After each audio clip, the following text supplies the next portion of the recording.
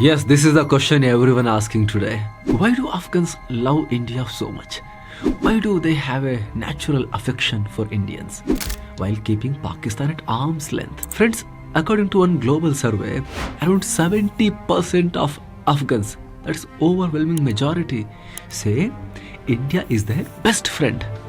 When Indian tourists go there, they are treated with warmth and love. Locals literally say, no need of security for you, brother. Go freely. What's the country? India. India? Welcome to Bombay City. Thank you. India, Afghanistan, brother. Yes, I know. No problem. No passport. They invite you home for food, hug you like old friends, and they call you dost. Even during cricket matches, when it's India versus Pakistan, Afghans pray for India to win. And here in India, you will often hear people saying, let Afghanistan win a cup at least once. Indians think Afghan cricket team is their second cricket team. So what is behind this bond?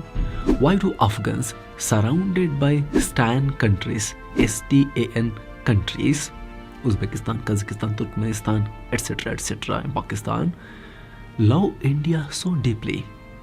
What is the real reason behind it?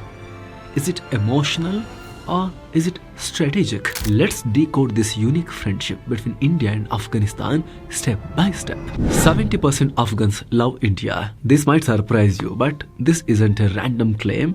It's from European Union backed survey. When the Taliban took over in 2021, the world thought that's it, Pakistan will now control Afghanistan. Even Pakistan celebrated. They thought they had found a new puppet state which can act as a buffer zone for Pakistan. But in 2022, the survey showed the exact opposite. Afghan people's hearts were somewhere else. EU reporter, a European Union news outlet, found that most Afghans still favored India. When asked which country truly helped your people, a huge majority said India. They said America and India both helped us, but India is our best friend. India has helped us 4 times more than the United States. According to that survey, India ranked number 1 friend for Afghans. Only 10% supported Pakistan, 9% supported Russia, 6% backed Saudi Arabia, and 4% supported China. So yes, 3/4 of Afghans see India as a trusted ally, friend. And even today, when Indians visit there, they are welcomed with hugs and affection. But why is this trust? There are many strong reasons. Let's go one by one. India's role in Afghanistan's development. Friends, one of the main reasons Afghans trust India is because of India's massive contribution to their development. See, Afghans are not like Pakistanis or Iraqis. They don't mix religion into everything. We're talking about Afghan people here. Yes, the Taliban rule is religiously strict, but the ordinary Afghans cares more about national pride and progress. They take pride in their heritage, their ethnicity, more than religion. They think they were once the rulers of all Central Asia. When surveyed earlier, 61% of Afghans said, we don't care who rules, just give us roads, schools, hospitals and jobs. That is where India stepped in. India has built Afghanistan literally. According to Foreign Minister S. Jaishankar's 2023 statement in Indian Parliament, India has completed around 500 projects in Afghanistan, investing nearly $3 billion. In rupees more than 26,000 crore. Roads, electricity, dams, hospitals, you name it, India helped build it. In Herat province, there is a massive Salma dam. It generates about 86.6 gigawatt-hour of power every year and irrigates hundreds of thousands of acres of dry land. Who built it? India. Indian engineers from BHEL, Bharat Heavy Electricals Limited, built that dam. Even during Taliban conflict years, amid bomb blasts and attacks, 11 Indians died while building Afghan roads and dams. But India never stopped the work. India also built a 218 kilometers road between Zaranj and Dalram, spending 1,000 crore rupees or more than $120 million. This connects remote areas to Iran's border and Kandahar's ring road. India built the Afghan parliament building in Kabul, a $90 million worth friendship building, and renovated the historic Store Palace. India even built the Indira Gandhi Institute of Child Health, supplied 400 buses, 200 minibuses, 105 utility vehicles, 285 military vehicles, and 10 ambulances. From solar power to school benches, from hospitals to toilets, India has built it all in Afghanistan and for Afghan people. Right now, India is also building the Shatut Dam, which will supply drinking water to 2 million Afghan people. We have also funded Aga Khan heritage projects, Bala Hissa fort restoration, and cold storage facilities for Afghan farmers. Even after the Taliban come back, India continues to spend 150 to 200 crore rupees or $18 to $24 million annually in aid. During COVID, we sent free vaccines and medical kits.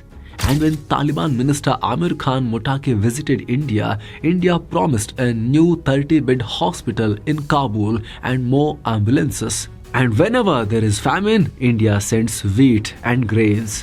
When there is an earthquake, India sends help. While China and Russia focus only on mining and profit, India focuses on people-to-people contact and trust-building measures. That is why Afghan people say Pakistan drops bombs, India builds hospitals. That is the difference. Ancient ties between India and Afghanistan. Friends, our bond with Afghanistan is ancient. This isn't a modern alliance. It's thousands of years old. From the time of the Indus Valley civilization, we have been connected through trade and culture. The Gandhara civilization, which was then based in today's Afghanistan, was deeply influenced by Indian art and philosophy. During the Mauryan Empire, Buddhism spread from India into Afghanistan. Emperor Ashoka the Great's influence reached all the way there. In fact, Afghanistan was once part of Mauryan India. Even until recent times, you could find ancient Buddha statues there until the Taliban destroyed them. Sufi culture also connects both countries. Both nations have deep respect for Sufi saints and poets. Languages too, Farsi, Pashto, Hindi, Urdu, flow naturally between both sides. Many Afghans still understand Hindi and Urdu thanks to Bollywood films and old cultural ties. Even clothing and cuisine, salwar, turban, naan, kebab, pulao, biryani are shared traditions. So when an Indian and an Afghan meet, they don't feel foreign, they feel connected. That is the emotional bridge that still exists today. Bollywood and cricket, cultural connect. Friends, even after the Taliban banned music and cinema, Afghans' love for Indian movies never faded. From Shah Rukh Khan to Salman Khan to Amitabh Bachchan, these stars are adored in Afghan homes. Afghans learned Hindi and Urdu by watching Indian films. Our songs are played in Afghan weddings, on radio, and in parties. Even Afghan musicians sing in Hindi sometimes. Yes, after Taliban take over all this music and all getting faded away, they are banning everything, but these still stay in hearts of Afghan people. And on top of that comes cricket. India has helped Afghanistan's cricket rise globally. They had no proper stadiums, no coaches, no training infrastructure, but India gave them all that: stadiums, facilities, and exposure.